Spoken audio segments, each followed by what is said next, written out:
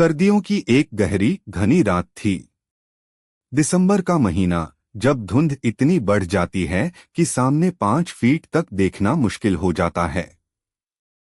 National highway 27 पर बस हवा का शोर था और कहीं कहीं सड़क किनारे सूखे पेड़ों की टहनियां झूमकर अजीब सी सरसराहट पैदा कर रही थीं।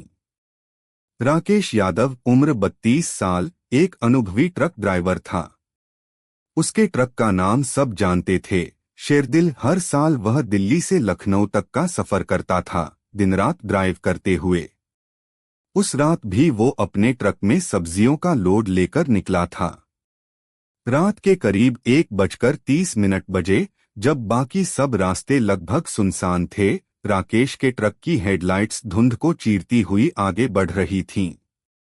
रेडियो बंद था, फोन में नेटवर्क नहीं, और बस इंजन की आवाज साथ दे रही थी। थोड़ी नींद सी आने लगी थी।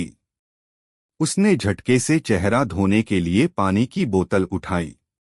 उसी पल उसकी नजर सड़क किनारे पड़ी। एक सफेद साड़ी में औरत सड़क के किनारे खड़ी थी। लंबे खुले बाल, सिर थोड़ा झुका हुआ, और हाथ में कुछ नहीं, बस ठंडी हवा में वो जैसे जमसी गई थी। राकेश ने धीरे से ब्रेक मारी। ट्रक रुकते ही वो सोच में पड़ गया। इतनी रात को यहाँ कौन खड़ा होगा? थोड़ी देर तक खामोश रहकर उसने खिड़की से झांका। औरत धीरे धीरे उसकी ओर बढ़ने लगी।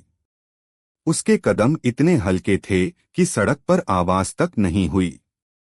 राकेश ने खिड़की थोड़ा खोला, आवाज दी, मैडम, इतनी रात को यहाँ कोई परेशानी हुई क्या? वो औरत कुछ सेकंड चुप रही, फिर बोली, मुझे लिफ्ट चाहिए, आगे गांव तक छोड़ दीजिए। उसकी आवाज धीमी थी, पर कानों में गूंजती रही। राकेश ने सोचा, किसी की मदद कर दूं तो बुरा क्या है? उसने दरवाजा खोल दिया।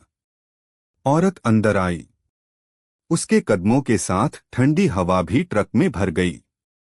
राकेश ने देखा, उसके पैर थोड़े गीले थे, जैसे कीचड़ से निकली हो।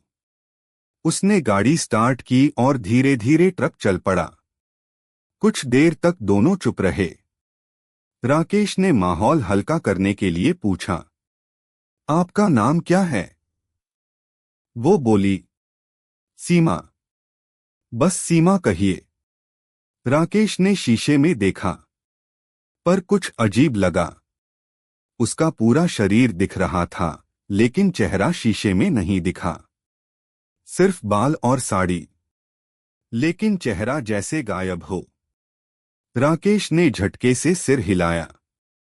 सोचा शायद नींद का असर है। पर तभी सीमा बोली, आपको नींद आ रही है, राकेश? राकेश का दी